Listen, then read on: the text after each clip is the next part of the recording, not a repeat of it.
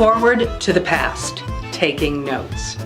Hello and welcome to Fashion Bites. I am Ellen Byerrum, author of the Screwball Noir, Crime of Fashion Mysteries featuring Lacey Smithsonian, a fashion reporter in Washington, D.C., the city that fashion forgot. As many of you know, Lacey Smithsonian, my character, wears a lot of vintage clothing, most of which came from a trunk she inherited from her great aunt Mimi. She finds inspiration in this trunk, and sometimes she even finds mystery there, in addition to all the great clothes.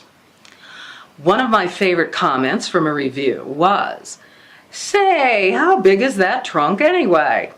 Because I'm a mystery writer, that trunk can be bottomless and somewhat magical.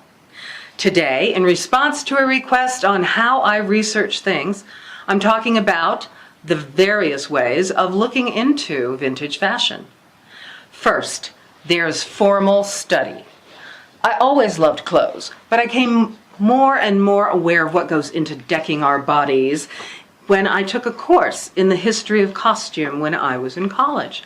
That course opened my eyes to the variety of clothes there are and their effect on society. From sumptuary laws that restrict certain type of fashions or colors to the extreme styles before the French Revolution, which influenced not only architecture and furniture, but helped to inspire the revolution itself. The aristocracies put so much flour in their hair to turn it white, there was not enough flour for bread. Certainly a reason for revolt. Books are a fabulous resource. I still have my books from that course, including this one, Fashion from Ancient Egypt to the Present Day, and What People Wore, a visual history of dress from ancient times to 20th century America. Since then, I have picked up some great books on fashion and on fashion designers, including Edith Head and this one, Adrian, a classic designer. And then there is my favorite fashion book of all time, The Way We Wore by actress Marsha Hunt. In it, there are clothes from the late 1930s, all ones she wore, as well as stills from her movies, and lots of clothing and hairstyles and hats from the 30s and 40s. In addition to books, old movies are great for seeing what people wore. Although keep in mind, they may have been far more fashionable and costly than your average person would afford.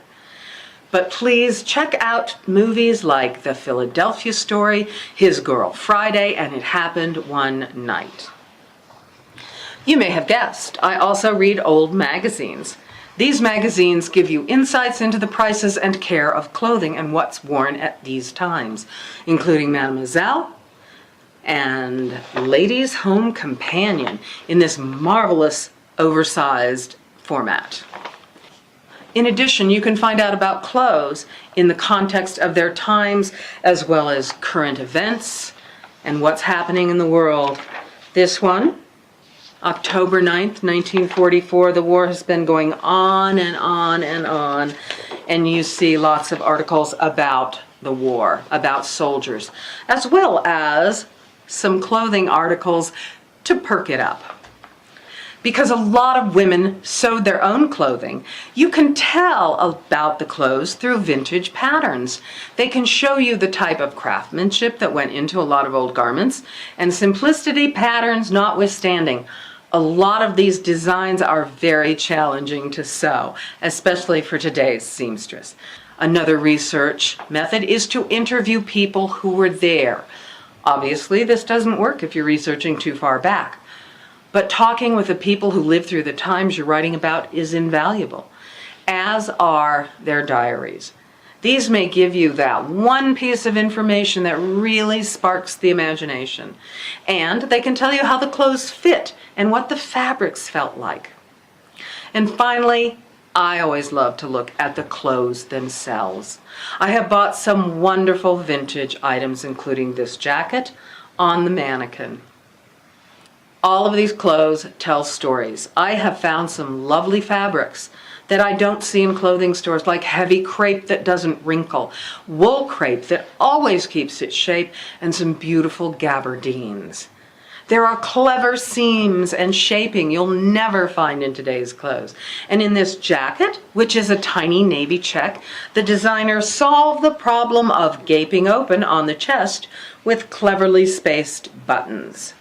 This taffeta jacket that I am wearing is simply fun, and I imagine that Lacey will probably wear it in an upcoming book. Or perhaps Mimi Smith, Lacey's great aunt, will wear it in a book I am currently writing, which is set during World War II. And there you have it. Those are the main ways I research clothes for my character, Lacey Smithsonian. If you want to know more about me or my books, check out my website at ellenbyerrum.com. I am also on Facebook, LinkedIn, and Twitter. If you like this video, please hit the like button and consider subscribing to this channel. That way you won't miss any. And feel free to share.